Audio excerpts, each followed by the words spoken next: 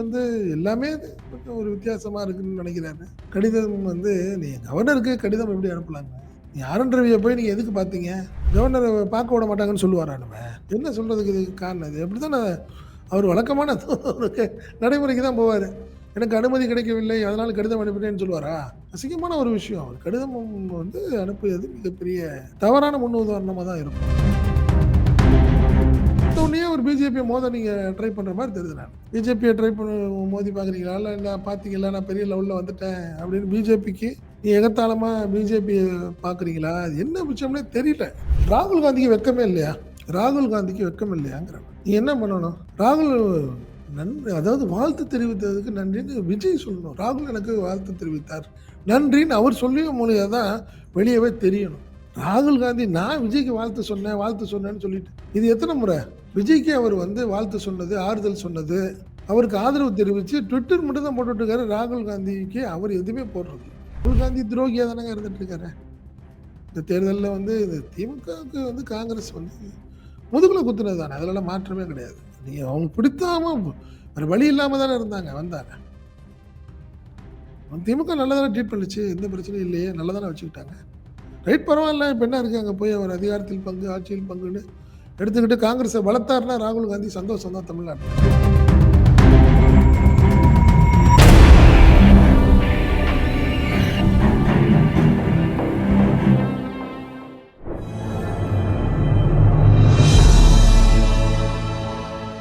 Tamil news நேயர்களுக்கான வணக்கம். இன்றைய நேர்காணலில் நம்முடைய இருப்பவர் தமிழ் நியூஸ் ஆசிரியர் மற்றும் பத்திரிகையாளர் திரு செந்தில் சார். சார் வணக்கம். வணக்கம்.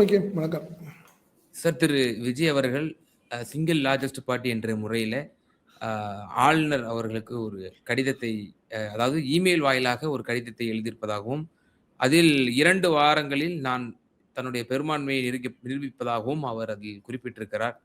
ஸோ இது பல சர்ச்சைக்கும் ஒரு விமர்சனத்திற்கும் உள்ளா இருக்கிறது இந்த செய்தி. முதல்ல இது எப்படி பாக்குறீங்க?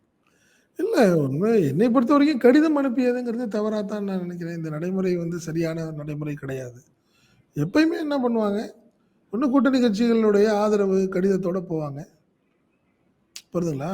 இல்லைன்னா என்ன பண்ணுவாங்க, யாரையும் கூட்டணியெல்லாம் சேர்க்கறதுக்கு விரும்பலை அப்படின்னு நினச்சாங்கன்னா என்ன பண்ணுவாங்க, நேராக கவர்னரை போய் பார்த்து நான் தான் சிங்கிள் லார்ஜஸ்ட் பார்ட்டி, எங்களை வந்து ஆட்சி அமைக்கிறதுக்கு நீங்கள் அனுமதி கொடுக்கணும். ஒன்று, நீங்கள் கொடுக்குற காலக்கெடுக்குள்ளே நான் மெஜாரிட்டியை நாங்கள் நிரூபிக்க தயாராக இருக்கோம் அப்படின்னா அவர் சொல்லுவார். 10 days 2 weeks ஏதாவது ஒன்று சொல்லுவார். சட்டமன்றம் கூட்டுறதுக்கு அவர் அனுமதி கொடுப்பார். இதுதான் நடைமுறை. இந்த விஷயத்தில் ஒரு வித்தியாசமாக விஜய் வந்து எல்லாமே கொஞ்சம் ஒரு வித்தியாசமாக இருக்குன்னு நினைக்கிறாரு. கடிதம் வந்து நீங்கள் கவர்னருக்கு கடிதம் எப்படி அனுப்பலாங்க? நீ ஆர்.என். ரவியை போய் நீங்கள் எதுக்கு பார்த்தீங்க? அண்ணா யூனிவர்சிட்டி பெண்கள் ஒரு பெண் பாதிக்கப்பட்ட விஷயத்துக்காக கவர்னரை போய் பார்த்தீங்க. பட் அதுக்கு முதல் மாநாட்டில் என்ன பண்ணீங்க, கவர்னர் பதவியே தேவையில்லைன்னு தீர்மானம் போடுறீங்க. அப்புறம் கவர்னரை பார்த்து திமுக அரசுக்கு எதிரான ஒரு மெமரண்டம் கொடுக்குறீங்க. இன்னைக்கு கவர்னருக்கு இமெயில் அனுப்புறீங்க. இது என்ன ஒரு நடைமுறை வித்தியாசமான விஷயம்னா தெரியல. ஏன்னா நீங்கள் அடுத்த கட்டத்துக்கு வந்துட்டீங்க. இனிமேலாம் நீங்கள் யாரையும் குறையோ சொல்ல முடியாது. கவர்னரை பார்க்க விட மாட்டாங்கன்னு சொல்லுவாரா நம்ம? என்ன சொல்றதுக்கு இதுக்கு காரணம் இது? அப்படித்தானே அவர் வழக்கமான ஒரு நடைமுறைக்கு தான் போவார். எனக்கு அனுமதி கிடைக்கவில்லை, அதனால கடிதம் அனுப்பினேன்னு சொல்லுவாரா? அசிங்கமான ஒரு விஷயம். அவர் கடிதம் வந்து அனுப்பியது மிகப்பெரிய தவறான முன்னுதாரணமா தான் இருக்கும். ஒரு கேரளாவுக்கான கவர்னர் தான் நமக்கும் பொறுப்பு கவர்னரா போட்டிருக்காங்க அடிப்படையில். அவரை பார்க்கறதுக்கு டைம் கேட்டிருக்கலாம். ஏங்க நீங்க அடுத்த கட்டத்துக்கு நீங்க அப்படித்தானே மூவ் பண்ணி ஆகணும். தாவேகா தரப்புல ஒரு அறிக்கை வெளியிடலாம். கவர்னரை பார்க்கறதுக்கு டைம் கேட்டிருக்கோம். கவர்னர் வந்து இப்போ கேரளாவில் இருக்காரு, வரேன்னு சொல்லியிருக்காரு. அதற்கான முயற்சிகளை தாவேகா ஈடுபட்டு இருக்குதுன்னு தாவேகா தலைமைச் செயலகத்திலேருந்து ஒரு அறிக்கை கொடுங்க. ஒரு குழப்பமான ஒரு சூழ்நிலையாக நீங்கள் ஃபீல் பண்ணீங்கன்னா அப்படி பண்ணிடலாம். அது சரியான ஒரு சூழ்நிலை இல்லை. இதையே ரசிக்காது பிஜேபி, புரியுதுங்களா? நீங்கள் எடுத்த உடனே ஒரு பிஜேபியை மோத நீங்கள் ட்ரை பண்ணுற மாதிரி தெரியுது. நான் பிஜேபியை ட்ரை பண்ண மோதி பார்க்குறீங்களா? இல்லை பார்த்தீங்களா நான் பெரிய லெவலில் வந்துட்டேன் அப்படின்னு பிஜேபிக்கு நீ எகத்தாளமாக பிஜேபியை பார்க்குறீங்களா? அது என்ன விஷயம்னே தெரியல. பட் என்ன இருந்தாலும் விஜய் இந்த விஷயத்தில் கொஞ்சம் வேற மாதிரி நடந்திருக்கலாம். என்ன காரணம்? இல்ல அவருக்கு யாரு அவரு ஐடியா குடுக்குறவங்க, இல்ல அவர கரெக்ட்டா ஃபாலோ பண்றவங்க, இது ஏன் இப்படி தவறு பண்றாங்கன்னு தெரியல. அது ஒரு சரியான போக்கா நான் பார்க்கல. அதேபோல சார், இப்போ அவர் கடிதத்த அனுப்பியிருக்கிறாரு.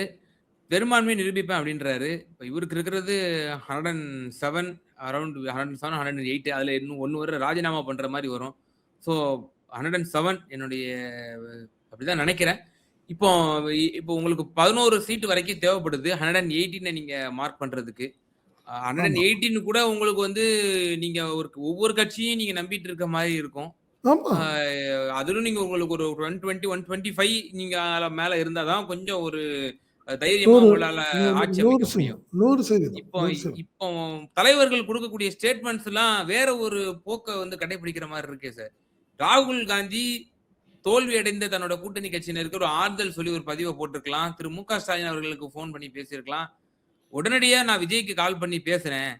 நான் வந்து இளைஞர்களுடைய இந்த எழுச்சிக்கு நான் வந்து ஒ நான் வந்து அ நான் ஆமோதிக்கிறேன் அப்படிங்கிற மாரி அவர் ஒரு விஷயத்த பேசுறாரு. அ விஜய்ட்ட நான் ஃபோன் பேசுனேன்னே பதிவு போடுறாரு. இன்னைக்கு காலைல திருமாவளவனும் நாங்க சொன்னபடியே ஹங் அசெம்பிளி அமைஞ்சிடுச்சு. கூட்டணி ஆட்சின்னு நாங்க 10 வருஷம் முன்னாடியே நாங்க வந்து மக்கள் நல கூட்டணியில இது பண்ணியிருந்தோம். இப்ப அது வந்து நிறைவேறிடுச்சு அப்படின்னு இருக்காரு. சிபிஐ, சிபிஎம்மும் நாங்க பரிசீலிப்போம். விஜய் எங்களிடம் கேட்டால் அப்படின்ற மாதிரி அவங்களும் இப்ப வந்துட்டாங்க. அரசியல் களம் சூடு பிடிக்க துவங்கி விட்டதா? ராகுல் காந்திக்கு வெட்கமே இல்லையா? ராகுல் காந்திக்கு வெட்கம் இல்லையாங்கிறேன் நான். நீ என்ன பண்ணணும்? ராகுல் அதாவது வாழ்த்து தெரிவித்ததுக்கு நன்றின்னு விஜய் சொல்லணும். ராகுல் எனக்கு வாழ்த்து தெரிவித்தார். நன்றின்னு அவர் சொல்லிய மூலியா தான் வெளியவே தெரியணும். ராகுல் காந்தி நான் விஜய்க்கு வாழ்த்து சொன்னேன்னு சொல்லிட்டு, இது எத்தன முறை? விஜய்க்கு அவர் வந்து வாழ்த்து சொன்னது, ஆறுதல் சொன்னது, அவருக்கு ஆதரவு தெரிவிச்சு ட்விட்டர் மட்டும் தான் போட்டுட்டு இருக்காரு. ராகுல் காந்திக்கு அவர் எதுவுமே போடுறதில்ல. ம். ஃபர்ஸ்ட் ஆஃப் ஆல் கரூர் விஷயம். நான் வந்து நேரா பேசி ஆறுதல் சொன்னேன்னு சொன்னாரு. அதுக்கப்புறம் ஜனநாயக மேட்டர்கள்ல, ஜனநாயக பட விஷயங்கள்ல அதுக்கு வந்து போட்டு அதுக்கு வந்து எதிர்ப்பு தெரிவித்து அவருக்கு ஆதரவு தெரிவிச்சாரு. விஜய்க்கு இது வந்து ஜனநாயக நாட்டில் இந்த மாரி விஷயங்கள்லாம் நடக்கக்கூடாதுன்னு சொன்னாரு. இப்போ நல்ல அதாவது அறுதி பெரும்பான்மைக்கு முன்னாடி கிட்டத்தட்ட பெரிய லெவல்ல லார்ஜஸ்ட் சிங்கிள் பார்ட்டிங்கிறதுக்காக ஒரு வாழ்த்து தெரிவிக்கிறீங்கங்கிறத வெட்கமா இல்லையா? நீங்க கேட்ட மாரி ஒரே ஒரு விஷயம் தான். திமுக உங்களை கிட்டத்தட்ட 15 வருடங்களாக உங்க தோள்ல சுமந்து கொண்டிருக்கிற திமுக இன்னைக்கு தோல்வி அடைந்திருக்கு. அதன் தலைவர் தோற்றுருக்காரு. அவர்ட்ட பேசியிருக்கணும் நீங்க. அதானே நியாயம். சரியான ஒரு விஷயம்னா அதானே. புடிக்குது, புடிக்கலங்க உங்களுக்கு. அதெல்லாம் வேற விஷயம். புடிக்குது, புடிக்கலங்கிறதெல்லாம் வேற. வெற்றிமாறன் அருமையான ஒரு பதிவு போட்டிருந்தார். டைரக்டர் வெற்றிமாறன் ஒரு வார்த்தை சொல்லியிருந்தார். விஜய்க்கு வாழ்த்து தான். தவேகாவினருக்கு வாழ்த்து. அப்படின்னு சொல்லிட்டு, இந்த தேர்தல் பல விஷயங்களை வந்து புதிய விஷயங்களை வெளி வெளி உலகத்துக்கு காட்டியிருக்குதுங்கிற மாரி சொல்லிட்டு, ஆனா ஒரு விஷயம் மட்டும் என் மனச செய்யுது. காரணம் என்ன? முதல்வருடைய தோல்விங்கிறது எனக்கு என்னால ஏத்துக்க முடியலன்னு ஒரு வார்த்தைய சொல்லியிருந்தார். நான் என்ன சொல்றேன், நீங்க அப்படிலாம் சொல்ல வேணாம். ராகுல் காந்தி அவர் மனசெல்லாம் கஷ்டப்படலாம் வேணாம். பட் ஒரு நாகரிகம், அரசியல் நாகரிகம்ங்கிற அடிப்படையில ஒரு வார்த்தை பேசலாம். பேசியிருக்கணும். அவர்ட்ட முதல்வருக்கு பேசணும். ஆறுதல் சொல்ற மாரி கூட்டணி உதயநிதிட்ட கட்சிகளுக்கு ஆறுதல். பேசியிருக்கலாம். உதயநிதிட்ட பேசியிருக்கலாம். ம். உதயநிதி ஸ்டாலின்ட்ட பேசணும் அவசியம் இல்ல. உதயநிதிட்ட பேசலாம். இல்ல கனிமொழிட்ட பேசலாம். அவர்ட்ட பிரதர்ட்ட சொல்லிருங்க அப்படின்னு சொல்லலாம். அதானே ஒரு அரசியல் நாகரிகம். ஏங்க அவரு ராகுல் காந்தி துரோகியா தானங்க இருந்துட்டு இருக்காரு. இந்த தேர்தல்ல வந்து இந்த திமுகவுக்கு வந்து காங்கிரஸ் வந்து முதுகுல குத்துனது தானே. அதுலலாம் மாற்றமே கிடையாது. நீங்க அவங்களுக்கு பிடித்தாம வேற வழி இல்லாம தானே வந்தாங்க. திமுக நல்லா தானே ட்ரீட் பண்ணுச்சு. எந்த பிரச்சனையும் இல்லையே. நல்லா தானே வச்சுக்கிட்டாங்க. ரைட் பரவாயில்ல. இப்ப என்ன இருக்கு அங்க போய் அவர் அதிகாரத்தில் பங்கு, ஆட்சியில் பங்குன்னு எடுத்துக்கிட்டு காங்கிரஸ வளர்த்தாருன்னா ராகுல் காந்தி சந்தோஷம் தான் தமிழ்நாட்டுல. திரும்பியும் போய் விஜயோடைய தோள்ல ஏறி உட்காந்துட்டு இன்னும் ஒரு 15 வருஷம் அரசியல் பண்ணாம, இனிமையாவது காங்கிரஸ் தனியா ஒரு நல்ல கட்சியா ஆரம்பிச்சு, ஒரு ஒரு அடுத்த லெவல்ல கட்சிய வளர்க்கறதுக்கான வேலைகள ராகுல் காந்தி பார்க்கணும். அப்படிங்கிறது என்னுடைய ஒரு வேண்டுகோள் 1. 2வது நீங்க சொன்ன மாரி இது அடுத்த விஷயங்கள்லயும் 2 கம்யூனிஸ்ட்டுகளா இருக்கட்டும். கண்டிப்பா பிரேமலதா போவாங்க. தேமுதிக அவங்க மட்டும் ஜெயிச்சிருக்காங்க. அவங்க போவாங்க. காரணம் விஜய்க்கு இப்ப தேவையான ஒரு சூழ்நிலை இருக்கு. வெளியில அது இருந்து சு ஆதரவு ஆ தருவாங்களா? இல்ல பெருசா எதிர்பார்க்கக்கூடிய ஏன் இது. மந்திரி குடுத்தாங்கன்னா? மந்திரி குடுக்குறேன்னு சொல்றாரு. அவர் தான் ஏற்கனவே அதிகாரத்தில் பங்கு, ஆட்சியில் பங்குன்னு ஆமா. சொல்ட்டாரே. இப்ப நீங்க கம்யூனிஸ்ட் கட்சிகள் அவங்களுடைய பாலிசி விஷயங்கிறதுனால அவங்க வெளியிலேருந்து ஆதரவா இருக்கலாம். மத்தபடி விடுதலை சிறுத்தைகள் இருக்காங்க. 2 எடுத்திருக்கிறாங்க, ஜெயிச்சிருக்கிறாங்க. பட் அதே மாரி நீங்க பார்த்தீங்கன்னா, காங்கிரஸ், பிரேமலதா பட் நீங்க சொன்ன மாரி கரெக்ட்டா அந்த அந்த மேஜிக் நம்பர் மட்டும்ங்கிறது சரியா இருக்காது. 118ங்கிறது மட்டும் இருந்தா சரியா இருக்காது. அது ஒரு 125ங்கிறது ஒரு கம்ஃபர்டபுளா இருக்கும். பட் அதான் என்ன பண்ண போறாரு விஜய் அப்படின்னு தெரியல. புரியுதுங்களா? இப்ப இன்னொன்னு சொல்றாங்க, செங்கோட்டையன் புதுசா ஜெயிச்சாங்கல்ல. முதல் முறையாக வெற்றி பெற்ற இருக்கிறாங்க. 13 பேரோ, 14 பேரோ ஜெயிச்சிருக்கிறாங்க இந்த முறை. மொத்தம் 47ல ஜெயிச்சிருக்கு திமுக. அதிமுக. அதிமுக. ஓகே. ஆ அதிமுகல ஒரு 47 ஜெயிச்சிருக்காங்க. அதுல ஒரு 13 பேர் என்னமோ முதல் முறையாக வெற்றி பெற்றிருக்கிறார்கள். அவங்க எல்லாம் தொடர்பு கொண்டுட்டு இருக்கிறாரு செங்கோட்டையன் அப்படின்னு ஒரு தகவல் சொல்றாங்க. ஒருவேளை ஏன்னா நீங்க அப்படி 1/3 எடுத்துட்டாங்கன்னா ஒண்ணும் கட்சி தாவல் தடை சட்டம் வராது. புரியுதுங்களா? அப்படிங்கிறப்போ அது ஏதோ ஒரு கணக்குல டி இது டிவிக்கே ஒர்க் அவுட் பண்ணிட்டு இருக்குன்னு வச்சுக்கங்களேன். அதனால இந்த விஷயங்கள்லாம் எல்லாம் எதிர்பார்த்த ஒரு விஷயம் தான். இதுல திமுகவுக்கு வருத்தம்லாம் இருக்க வேலை இல்ல. வருத்தம் இருக்கக்கூடாது. இதுல என்ன இருக்கு? இன்னும் 5 வருஷம் அவங்க இப்படியே இருந்து எதிர்க்கட்சியோடயே இருக்கணும்னு அவசியம் இல்லல்ல. அவங்களுக்கு ஒரு சான்ஸ் இது. இப்போ ஃபுல் மெஜாரிட்டியோட வந்துருந்துச்சுன்னா, சீண்ட கூட மாட்டாங்க யாரும். டிவிக்கு வந்து எங்கடா திரும்பி பார்க்க போதா? நான் இல்ல. பட் அவங்களுக்கு இது தேவை, வரப்போகுது. ஒரு மந்திரி கிடைச்சா சந்தோஷம் தான் நெனைப்பாங்க. அதனால காங்கிரஸ் ஆல்ரெடி ஏற்கனவே ஒரு துண்ட போட்டுருச்சு. கம்யூனிஸ்ட் கட்சிகளும் எங்களுக்கு வந்து இதுவரைக்கும் ஆதரவு கூப்பிடல. எங்கள யாரையும் கூப்பிடல. இருந்தாலும் கூப்பிட்டா நாங்க பரிசீலித்து போவோம்னா, கண்டிப்பா போவாங்கன்னு வச்சுக்கோங்க. இதுதான் ஒரு சூழ்நிலை. பட் ஆனா எனக்கு என்னமோ விஜய் உடைய அந்த ஒரு அப்ரோச்சே ஒரு வித்தியாசமா இருக்கு.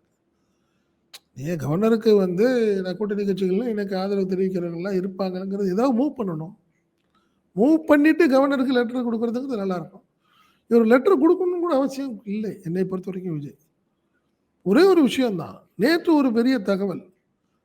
திமுகவின் ஒரு முக்கிய பிரமுகரும், அதிமுக முக்கிய பிரமுகரும் 2 பேரும் சந்திச்சு பேசினாங்கன்னு ஒரு தகவல் தான் விஜயுடைய இந்த அவசரமான கடிதத்துக்கு காரணம் நான் ஃபீல் பண்றேன். திமுகவும், அதிமுகவும் ஒரு முக்கியமான ஒரு 2 முக்கிய பிரமுகர்கள் உட்கார்ந்து பேசினாங்க. அப்படின்னு ஒரு தகவல். ஏன்னா, நீங்க வழக்கமா நீங்க விஜய தான் கூப்பிட்டாகணும். நோ சான்ஸ் அப்படின்னு ஒரு சூழ்நிலை இருக்கிறப்போ, இவ்வளோ அவசரமா 24 மணி நேரம் கூட வரல ரிசல்ட் வரல வெளிய வரல. இவ்வளோ அவசரமா கடிதம், இமெயில் விஜய் அனுப்ப வேண்டிய கட்டாயம் என்னன்னு பார்த்தீங்கன்னா அதான். வேற மாரி மூவ் ஆயிரணும்னு அவர் பயப்படுறாரோன்னு நான் நினைக்கிறேன். அது சாத்தியம் இல்ல. பட் அதுக்கு முன்னாடி யாரோ அவருக்கு ஒரு தகவல் சொல்லியிருக்கணும். இல்ல வேற மாரி மூவ் நடக்குது. நீங்க கிளைம் பண்ணிருங்க. அப்படின்னு கேட்டதன் அடிப்படையில தான் அவரு அவசரமா குடுத்துருக்கணும். ஏன்னா இன்னும் ஒரு பேச்சுவார்த்தை எங்கேயுமே இல்லையே. எல்லாத்தையும் ஓப்பன் கால் பண்ணணும். தாவேக்காவுடன் இணைந்து ஆட்சி அமைக்க விருப்பப்படுற எல்லாத்தையும் நான் அழைக்கிறேன்னு விஜய் ஒரு ஓப்பன் கால் பண்ணணுமேல. அதெல்லாம் கேட்கணும்ல. அப்பதான் நல்லா இருக்கும். ம். அதான் நாகரீகம். இந்த சொல்றாருல்ல, சண்முகம் சொல்றாரு, சிபிஎம். எங்கள கூப்பிட்டா நாங்க பரிசீலிப்போங்கிறாரு. அது நல்லா இருக்காது. கூப்பிட்டதுக்கப்புறம், ஆமா கூப்பிட்டுருக்காரு. நாங்க பரிசீலிக்கிறோம்னு சொன்னா வேற. கூப்பிடவே ராகுல் காந்தி அவரா ஃபோன போட்டு வாழ்த்து சொல்லிட்டு, "பார்த்துக்க தலைவா வாய்ப்பு இருந்தா குடுங்க. நம்மளுக்கும் பண்ணி குடுங்கன்னு" அவரு. இதெல்லாமே அசிங்கமான ஒரு விஷயமா இருக்குன்றேன் நான். அதனால இது ஒரு வித்தியாசமான ஒரு இது. எந்த கவர்மெண்ட் இது ஏடிஎம்கேயா இருந்தாலும் சரி, டிஎம்கேயா இருந்தாலும் கண்டிப்பா வேற மாரி மூவ் பண்ணியிருக்கும். ம். சரி மெஜாரிட்டி கிடைக்கலங்கும் பட்சத்தில் இப்படி ஒரு இக்கட்டான நிலைமைன்னா, திமுகவா இருந்தாலும் சரி, அதிமுக இருந்தாலும் அவங்க கூட்டணி கட்சிகளிடம் நேரா போய் பேசியிருப்பாங்க. யாராவது தூதர் மூலியமா பேச்சுவார்த்தை நடந்திருக்கும். என்ன செய்யறதுன்னே தெரியாத ஸ்ட்ரக் ஆயி நிக்குது தேமுதிக. யாரு மூவ் பண்றது? அங்க அரசியல் தெரிந்தவர்களே 2, 3 பேர் தானே அங்க. மத்தவங்க எல்லாமே வெளியில நிக்கிறவங்க தான். அவங்க எதிர்பாராம ஜெயிச்சவங்க தான் பல பேர் அங்க அதுல. இப்படி ஒரு சூழ்நிலை தான் ஒரு ஒரு குழப்பமான சூழ்நிலை தான். தமிழகத்தில் கூட்டணி ஆட்சி. முதன்முறையாக கூட்டணி ஆட்சி. அதாவது இல்லைங்களா? 67க்கு பிறகு இதுவரை ஆமா. தமிழ்நாட்டுல 67க்கு கூட்டணி அப்புறம் ஆட்சி இப்போ அமைந்ததே ஆமா. இல்லையா சார்? ஆமா. இல்லல்ல யாருமே இல்ல. ம். அப்படி ஒரு சூழ்நிலை தானே இருந்தது. எல்லாமே வெளியிலேருந்து ஆதரவு தான் இருந்திருப்பாங்க. ம். 2006, 11 கூட. ஆமா. எல்லாமே வெளியிலேருந்து ஆதரவு தான். நீங்க வந்து மினிஸ்ட்ரியில அவங்க வந்து யாரும் பார்ட்டிசிபேட் இடம் பண்ணியிருக்க பெற்றது மாட்டாங்க. கிடையாது. ஆமா. ம். இடம் பெற்றிருக்க மாட்டாங்க. ஸோ இது முதல் முறையாக வரப்போகுது. ஸோ அது கன்ஃபார்ம். அதில ஒண்ணும் மாற்றங்கள் இல்ல. பட் யார் யாரு? எப்படி என்ன டெர்ம்ஸ்ல போறாங்க? அப்படின்னு ஒரு சூழ்நிலை. என்ன காரணம்னா, மினிமம் ஒரு 20 பேராவது அவருக்கு தேவைப்படுது. அப்ப 20க்கான வாய்ப்பு இல்லை. பாமக போதா? பிஜேபி அதுக்கு ஓகே சொல்லுமா? இப்படின்னு ஒரு குழப்பமான சூழ்நிலை தான் இருக்கு. இதெல்லாம் இன்னும் 2 ஒரு நாட்கள் தான் இந்த சின்ன சின்ன குழப்பங்கள்லாம் தீரும்னு நான் பார்க்குறேன். ம். சார் இப்ப இவர்களுடைய ஆதரவு முதல்ல போதுமானதல்ல. அதிமுக தான் இவங்களுக்கு ஆதரவு தெரிவிக்கணும் அப்படின்ற ஒரு விஷயம் சொல்லப்படுது. அதிமுகவில் இருக்கக்கூடிய அந்த 47 பேர் இவர்களுக்கு ஆதரவு தெரிவிப்பார்களா? அல்லது இப்போ செங்கோட்டையன் மூலியமா நீங்க சொன்ன மாதிரி ஒரு 1/3 பீப்பிள் வரைக்கும் வரலாம். கட்சி தாவல் தடை சட்டம் வந்து பொருந்தாது அப்படின்ற ஒரு கான்செப்ட் சொல்லப்படுது. இப்போ அதுக்குண்டான வாய்ப்புகள் இருக்கா? இன்னொரு கோணத்திலயும் ஒரு எக்ஸ்ட்ரீமா சிலர் சிந்திக்கிறாங்க. நேற்று தினம் கூட ஒரு டிபேட்ல ஒரு அரசியல் விமர்சகர் ஒரு தொலைக்காட்சிக்கு பேசும்போது கூட, பீகார்ல எப்படி நிதிஷும், லாலுவும் கூட்டணி வச்சு ஆட்சிய பிடிச்சாங்களோ, அந்த மாரி நீங்களும் பிடிக்கலாம்ல. திமுகவும், அதிமுகவும் சேர்ந்து ஆட்சிய பிடிக்கலாம்ல. நான் சொல்றேன் கன்ஃபார்ம். நான் சொன்ன தகவல் முக்கியமான தகவல். திமுகவின் ஒரு முக்கிய பிரமுகரும், அதிமுகவில் உள்ள ஒரு முக்கிய பிரமுகரும் சந்தித்து பேசியது உண்மை. நான் அதுதான் சொல்றேன். அதனால தான் அவ்வளோ அவசரமா விஜய் கடிதம் அனுப்பியது கூட அது காரணமா இருக்கலாம்னு நான் சந்தேகப்படுறேன். ஏன்னா இவ்வளோ அவசரமா சொல்லணும்னு அவசியம் இல்ல. ஏன்னா கவர்னர் அவர தான் நியாயப்பிரகாரம் கூப்பிட போறாரு. ம். புரியுதுங்களா? அப்படிதானே உண்மை.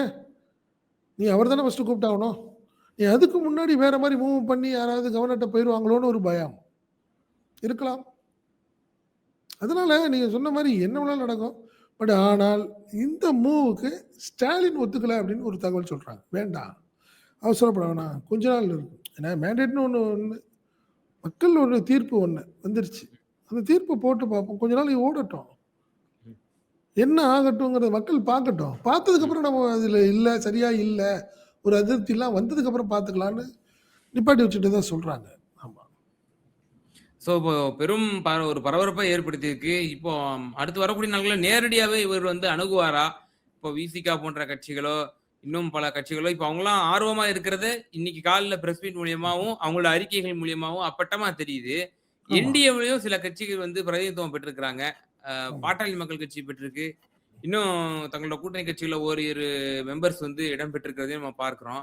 இவர்களும் இப்போ ரொம்ப ஆசைப்படுவாங்கல்ல. நம்ம மந்திரி கண்டிப்பா. சபையோ, ஒரு ரெப்ரசன்டேஷன் கிடைச்சான்னா, இது ஒரு பெரிய ஒரு பெரிய வாய்ப்பு வரப்பிரசாதமா தான். இருக்கும். பெரிய வாய்ப்பு டேகேஎம். இதெல்லாம் வரப்பிரசாதம் தான். நல்லது தான்.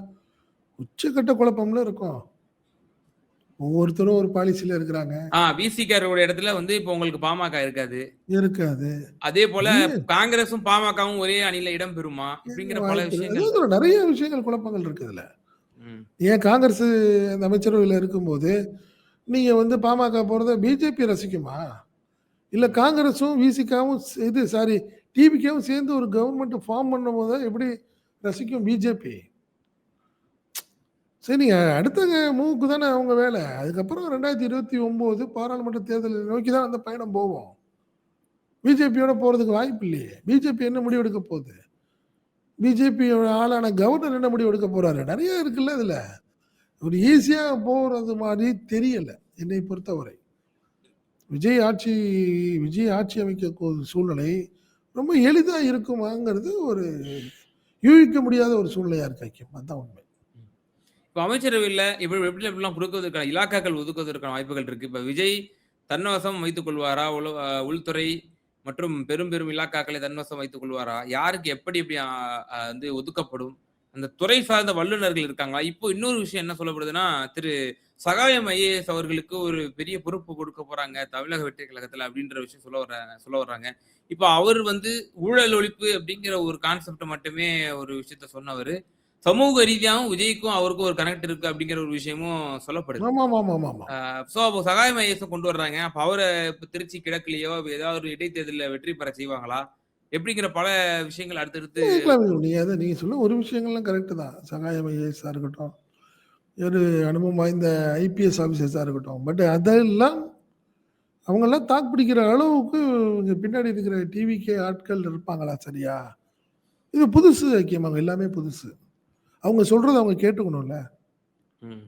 புரியுதுங்களா? கொஞ்ச நாள் கேட்பாங்க. அப்புறம் ஒரு ஸ்டேஜ்ல சலிப்பு வரும். சார் நான் சொல்றத கேளுங்க சார் அப்படிங்கிற மாரி வந்துருவாங்கல்ல. ஒரு அரசியல்வாதிக்கு நெருக்கடி அதிகம் ஐக்கியம். அதிகாரிகளுக்கு நெருக்கடி குறைவு. ஒரு பாலிசிய நீங்க வந்து உருவாக்குறது, அதிகாரிகள் உட்கார்ந்து பண்ணிட்டு, அத இம்ப்ளிமெண்ட் பண்ணக்கூடிய விஷயங்கள்ல அரசியல்வாதிகள் நெறைய தலையீடு இருக்கும். ஒரு சில விஷயங்கள் 2 சில விஷயங்கள் இல்ல.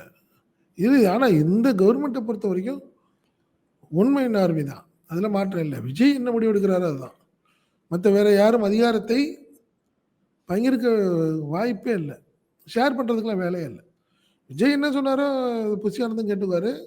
ஆதவர்ஜுனும் கேட்டுக்குவாரு. செங்கோட்டையனும் கேட்டுக்குவாரு. நிர்மல்குமாரும் கேட்டுக்குவாரு. எல்லாம் கேட்டுக்குவாங்கன்னு வச்சுக்கோங்க. பட் நீங்க சகாயம் ஐஏஎஸ் போன்ற ஆட்களுக்கு அவங்களுடைய அந்த எல்லா ஐடியாஸையும் இவங்க கேட்டுக்குவாங்களான்னு ஒண்ணு இருக்குல்ல. ம். புரியுதுங்களா? ஆலோசகரா இருக்கலாமே ஒழிய, நீ ஆலோசகர்னா என்ன? நீங்க சொல்லலாம். அது கேட்டுக்கணும்னு அவசியம் இல்ல அவங்க. அதுக்கு தான் ஆலோசகர் பேரு. புரியுதுங்களா? நீங்க அதனால என்னைய பொறுத்தவரைக்கும் இது எல்லாமே ரூமர்ஸா தான் நான் ஃபீல் பண்றேன். ஏன்னா விஜய்க்கு வந்து உண்மையிலேயே ஒரு நல்ல ஆலோசகரா இருந்தா, இந்த கவர்னருக்கான லெட்டரே இருந்திருக்காது. வேற மாரி மூவ் ஆயிருக்கும். இன்னைக்கு ஒரு நேரம் ஒரு ர ரசிகர்களுக்கும், தாவேகா தொண்டர்களுக்கும் ஒரு கடிதம் எழுதியிருப்பாரு. என்ன தமிழக மக்களுக்கு ஒண்ணு சொல்லியிருப்பாரு. அதே மாரி எனக்கு ஆதரவு தாங்கன்னு சொல்லி மற்ற கட்சிகளுக்கு ஒரு அழைப்பு எடுத்திருப்பாரு. இதெல்லாம் நடந்திருக்கும். நேத்து நைட்டு நடந்திருக்கணும். இதுதான் ஃபர்ஸ்ட் அடுத்த மூவ்.